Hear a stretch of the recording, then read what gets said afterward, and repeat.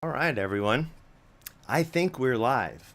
If you've ever joined me for one of these before, you know I can mess this up pretty quickly and pretty easily.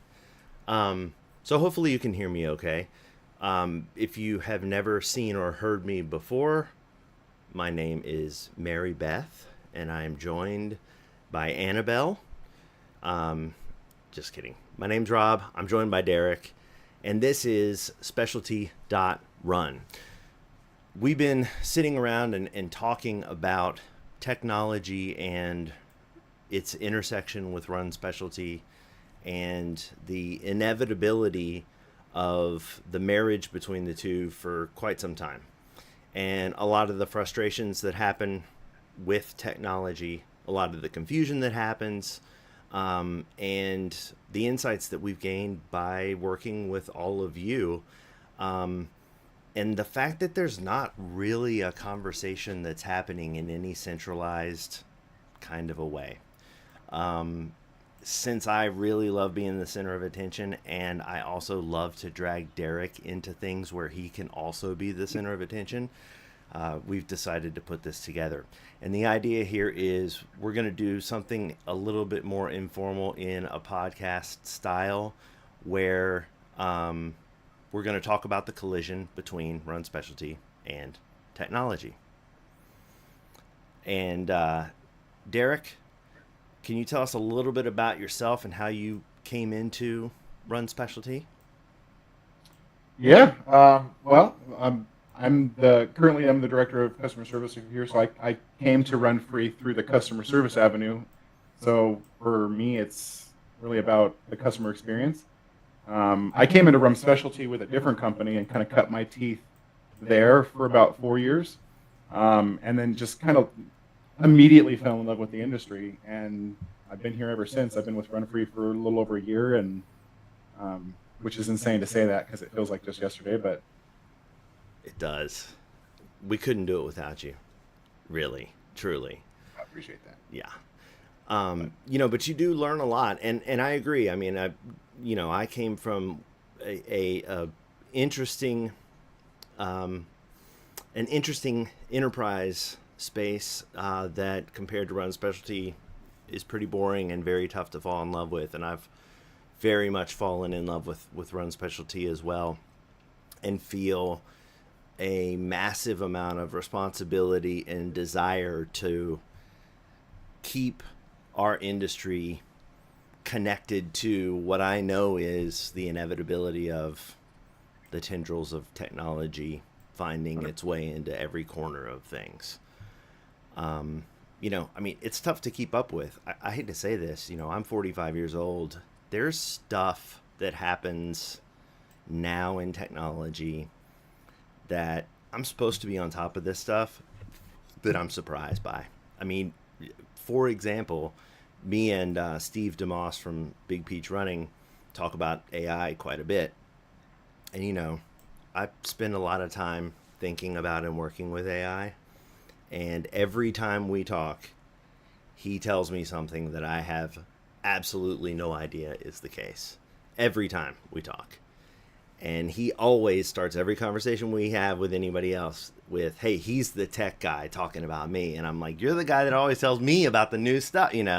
So if I'm having trouble keeping up with it, I think everybody probably has a hard time.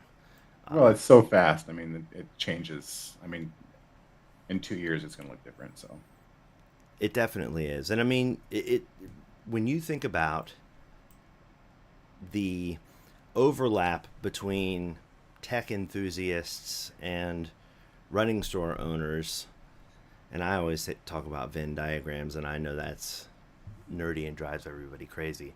But when you talk about the overlap between tech enthusiasts and running store owners, it's not a huge overlap when you look at the Venn diagram. Um, when, and I may be off by a percentage point or two, but looking at the RIA's end of the year survey that they did in 2019, I think it was something like 7% of stores had an e commerce shop in 2019. And then by the end of 2020, the same survey said 97%. Right. So it was like this, like the introduction of technology into the industry was this very unique and weird, almost traumatic experience. And so I think the fact that it changes so often is hard enough, but the Yeah. fact that the introduction of it to begin with was so traumatic and crazy, it makes it that much harder to keep up with and have, a healthy, reasonable relationship with, you For know. sure. I mean, you talk to folks every day. I'm assuming that, you know, you hear all kinds of different opinions about whether or not the internet matters still in Yeah. 2025. Yeah. Well, I mean, it's funny because I think without knowing what you don't know, I think it's some of it's just you just don't know what you don't know. It's like you said, during the conversations with the gentleman from the IRA, you learn something new every time you have a conversation. If you're not having those conversations regularly, sometimes you just don't know. And I think it surprises some people um, just how valuable the websites can actually be. Um, it's it's definitely something that I mean, obviously we have the podcast, right? Like it's definitely something we want to make sure that we do our due diligence and explain the importance of just the overall picture, and kind of like dispel myths and that kind of thing. Yeah, to your point, I know I got off rambling. To your point, one of the many things that we want to do is we have this really unique perspective where we're talking to everybody about something that's very important to the industry that doesn't really have kind of a central perspective. Um, we want to make it accessible and be helpful and give everyone a voice. Um, and so as we kind of bounce through this, not only do we want to expose everybody to what we're seeing and what our suggestions are based on what we're seeing, success and otherwise, but also bring folks in and do have guests and interviews and be wrong and be corrected and have new ideas come through and make this more than just two guys from Run Free Project having a conversation about e-commerce. I mean, obviously, this is the first episode. We want to talk about websites because it's something that we get asked about all the time, and we want to give you guys something valuable that you can take away because you're spending time with us today. But we really do want to ask everybody who's watching to think about, what do you want to hear about in terms of technology and what would be useful, or who do you want to hear from? Exactly. There are a lot of questions about AI, for example, and Steve and I and others have been talking about how do we come up with ways to answer those questions, and sometimes we're not really sure. I'm still struggling with figuring out exactly how to advise folks on, SEO with AI. But let's talk about websites for a couple of minutes. And let's talk about big picture. You know, Derek, we were talking earlier. The pandemic obviously changed the way people shopped. Yeah. It also changed a lot of retailers' expectations around what e-commerce is and was supposed to be. You saw for a moment in time a humongous percentage of sales coming through e-commerce. And so the assumption was that e-commerce should be this extremely large portion of income and stay that way. And as shopping habits changed back to being similar to pre-COVID levels, but as the sort of browsing slash pre-purchasing habits stayed the same and stayed online, how people bought and where they spent their time doing things became very confusing, and it didn't quite match up. And so there was a lot of confusion as to whether or not people needed e-commerce anymore. And one of the biggest mistakes that we've seen is people abandoning websites and e-commerce in the age after the pandemic, thinking, well, we weren't making a whole bunch of sales on our website, so we didn't really need a website anymore. And it couldn't be further from the truth. And that's not just coming from a guy who sells websites and e-commerce to running stores for a living. We were talking earlier, when you think about it, I mean, think about anything that you need at all. Where's the first place that you go? Google. Exactly. Today, it's Google. A plumber, maybe you ask your neighbors, plumber, if I've got plantar fasciitis, well, I know where to go for plantar fasciitis, but I'm in the running industry. But, if I've got tennis elbow or whatever else, I'm going to Google and I'm going to figure out where to go next. Maybe that purchase happens online.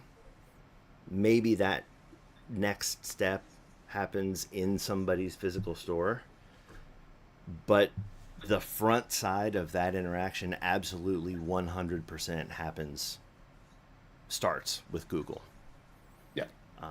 And what we know is the statistics tell us that pretty much everybody in 2025 goes to Google, does some kind of a search.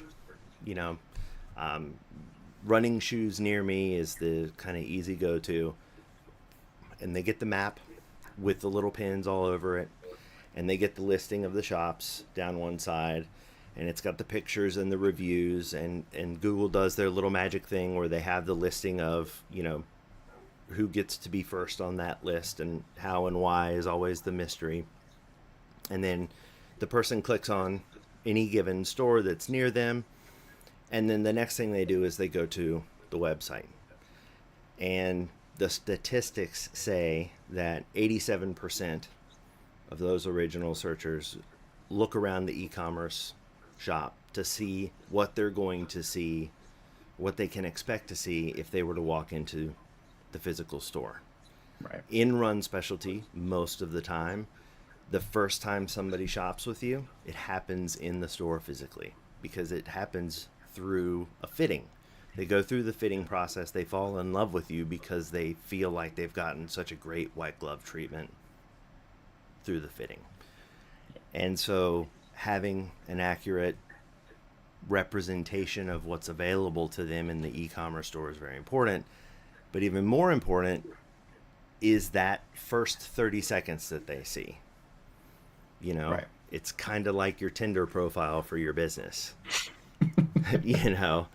They click to see, okay, what is Derek'sRunningstore.com all about? They land on your webpage.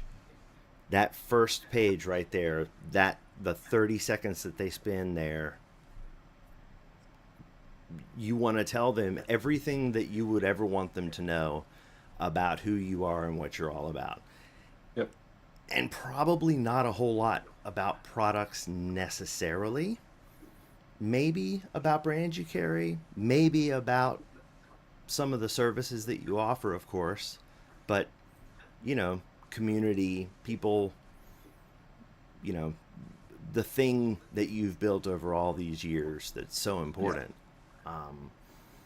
And the statistics also say that when someone does that browsing process, that 76% set foot in a store within 24 hours, and they purchase from there. And the weirdest thing is 53% of people who shop with Run Specialty retailers shop one time and don't return, but give a 4 or greater Google review. And so why is that? And how do we solve for that problem? And that is a problem to solve for a different podcast. But what that tells us is that the initial thing that brings somebody in is not necessarily the specific shoe that you have, but it is that initial impression they get from the Tinder profile that is your website, the brand that you're portraying, the who you are, the fitting process that you purport to provide, the expertise, the smiling face, a suggestion from someone in a Google review, and so on. Yeah, 100%. And then, that all seems straightforward, but like, how are you supposed to do anything with what I just said? And then, that's 2025. It'll be 2026 in what, 2 or 3 months? Yeah. And then what does 2028 look like, right? Um, it's not like everybody has all this spare time to do a whole bunch of stuff to make everything magically work. I would say that a lot of the frustration that people have just running a business in general is, how do you divide your time up? And when you're looking for a return on your investment, how much time and energy are you supposed to put into your Tinder profile, and where's it supposed to go? 100%. And then what's it going to be in 2028? How am I going to stand out when I know, today everybody who sets foot in my store found me on Google. Almost everybody. 97 out of 100 people found me on Google, but that's changing. We know it's changing. Yep. In a year, maybe you're asking your Rizbot that's driving you around the neighborhood. Right. Whatever it's going to be happening quick, don't you think? Well, I mean, if you use your analogy about the pandemic, I mean, it makes sense, right? So, like during the pandemic, everyone threw products on a page and it did well. It did very well. And 5 years later, throwing products on a page isn't doing as well. Today in 2025, people want trust. Like they want that relationship, and I think that's what kind of stands out with the Run Specialty stores specifically is that the community they continue to go back once that trust is established in your product and your service and your process, and really developing that brand identity online is what conveys that message to your customers. You're going to build that trust by telling the story of what makes you you versus just throwing products on a page and hoping that running some ads to it is gonna be the magic potion or whatever. Yeah, yeah. And then again, fodder for another conversation, and certainly, sorry, I keep feeling like I'm scooting out of the frame. Fodder for another conversation, and certainly worth the conversation. But are you really competing with Dick's Sporting Goods? Or is thinking that you're competing with Dick's Sporting Goods aiming the artillery in the wrong direction? I would contend in most cases is aiming the artillery in the wrong direction. To your point, establishing the an image of trustworthiness and of trustedness and a legacy of trustedness. I mean, I use Charlotte Running Company as an example all the time because I'm here in Charlotte and they do such a great job in the community. But, I've got a kid that's in high school sports, cross country, track, indoor track, which hilariously 0% of their meets actually occur indoors. But they call it indoor track because I think somewhere in the country it actually happens indoors. But anyway, every single one of those meets that they have, the Charlotte Running Company guys and gals are out there with a tent, sometimes selling stuff, sometimes giving stuff away, sometimes just talking about running and establishing that expert relationship with those kids. And guess where every single one of those kids wants to go when it comes time to get a pair of insoles or decide whether or not they care about socks when it comes to running shoes, or buy a new pair of those pink Nike flats that apparently I have to buy a new pair of every 15 minutes for $6,500, whatever it is. It's the place that shows up to the meets and creates that equity. Right. Same thing happens online. And I think, the trouble that everybody runs into is where do I start? What am I supposed to do? And when you and I were talking about like how do we start this podcast, we want to start it open-ended and say, let's talk about making technology easy and accessible for everyone. So we're not going to try and boil the ocean today. But B, let's also talk about, what are the quick and easy Cliff's Notes, maximum impact, minimum effort things that you can do right this second that will make a difference, and what are the things that you can do that future proof you? Because in 2028, when your RizBot's driving you around instead of yourself, and it's time to do a RizBot search, and you're asking it questions instead of looking at a screen, and you're now trying to rank amongst RizBot's answers. If you don't know what RizBot is, by the way, look it up on YouTube. It's absolutely hilarious. But nonetheless, when things change, how are you supposed to stay relevant? There's a philosophy that you can follow that will work, and we'll explain why. So I think, step one, number one, you gotta have a modern website that gives continuity between the digital and the physical, because every single person that walks through the front door is going to start online, and maybe they finish in the store, maybe they finish online, but they're starting online for sure. And they're going to decide what they think you're all about based on your website. Pretty quickly. Think of it like a Tinder profile.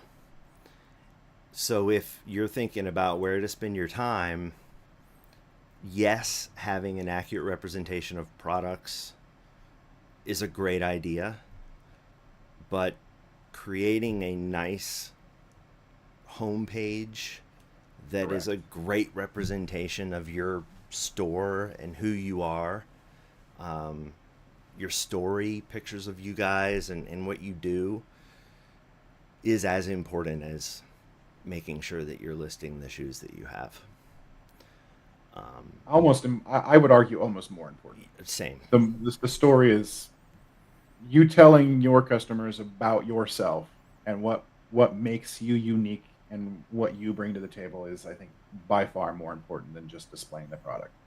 That should be an afterthought, because that is the product that you can provide to fix their issue, right? How do you go about fixing that issue, I think, is the story that I don't think is 100%. told, like, in the forefront. That's right. Brand first, product later, So quick and dirty homepage with a great version of your story. Everybody's giving me a hard time about saying Tinder profile. I don't know what the apps are these days. Bumble, Grindr, you name it. Whatever your profile is, and anytime anybody has to make a quick decision whether they want to like you or not, think about it like that, because that is exactly what's happening. The second thing to think about that's very important is that you really need to expand your gravitational pull as much as you can in as automated of a fashion as possible. What I mean by that is your footprint online matters a lot. Right. Search engines, whether that is ChatGPT or Google or unknown search engine that we don't find out that exists until 2025 and a half. Wait, it is 2025 and a half, 2026.2, whatever. You know, they all decide whether you matter based on the gravitational pull that you have based on any given subject. And so if you can increase your gravitational pull through some actions, it's going to help you show up in results. What do I mean by that? That's going to be, make sure that you've got your meta commerce feeds turned on so that you've got your Facebook and Instagram shops going, your Google Merchant Marketplace stuff, and your Google local feeds. I can never remember the names because they change them every 15 seconds. But, you know, all of those feeds that expand your availability automatically and keep it up to date for you automatically, make that a thing immediately and as quickly as possible. The other piece that I like to say is kiss the ring. And this is something that changes over time, but today it is an absolute reality. You got to kiss the ring at the door, and in 2025, the doorman is Google. So that means your Google business profile, it needs to be dialed in and updated regularly. And if you really want to cheat, updating it regularly can mean just signing in regularly and looking through things and making sure your business hours are up to date and saving it again. Bonus points if you add their new features as they introduce them, things like their chat feature, one-click calls. Touching that Google business profile that is kissing the Google ring, and that plus getting Google reviews, those are the two things that get your Tinder profile to the top of the stack. Because remember, the process as it goes today in 2025 is a Google search, a whole bunch of stores and a map, and the Google business profile is the first thing they see. And it's going to be presented in an order that Google chooses based on how many times you kissed that ring and how good those Google reviews are. And then they go to your website, and then they choose whether or not they're going to come into your store or make a purchase from you online. So absolute minimum, a really good landing page that is a good reflection of who you are and who you want somebody to believe your business is and is all about. 30-second pitch or less, right? Something modern that feels good. Make sure you've got a good, accurate representation of the products that you carry too. Number 2, maximize that gravitational pull. Turn on those feeds. Make sure that you're pumping your inventory to the places that are automatically pumping it for you, because you're just growing that footprint automatically and you don't have to do anything anyway. Yeah. Can I interject with one? Absolutely, please. Omni-channel is important for sure. The Google's, anything Meta, Google, that type, for sure, but also endless aisle feeds. So anytime you have an opportunity to engage in endless aisle feeds, providing additional inventory to customers that you wouldn't necessarily have in stock for, always going to be a good option too. Such a great point. So with Relay, you can add all the endless aisle stuff that you feel comfortable with, and you can put that in your Meta feeds and your Google feeds as well.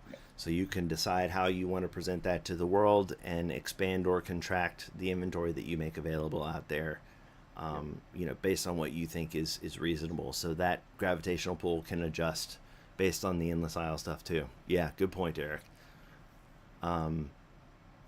Kissing the ring, Google business profile, and getting Google reviews. I did not know this, but when you go into your Google business profile, there is a place somewhere down the page that says, hey, if you give somebody this link, they can go directly to a page to leave a Google business review. Because sometimes it's like, click here to send a text message that asks for your Google review or whatever. There is a link that's actually just click, give them this link, and it's just leave a Google review. And it's kind of nice to have just the link if you want to put it in whatever place you want to. And so that is actually a thing that exists, and you can find that in your Google business profile as well. Encouraging folks to do that is huge. And doing just those things will make an enormous difference. So if you've got just an e-com store with products and you got all your products out there and the categories look great and you make just those changes that we talked about, you'll see a difference. You will see a difference 100%. In the number of people that come there, the number of people that set foot in the store, the visibility that you get, etc. No question. Yep.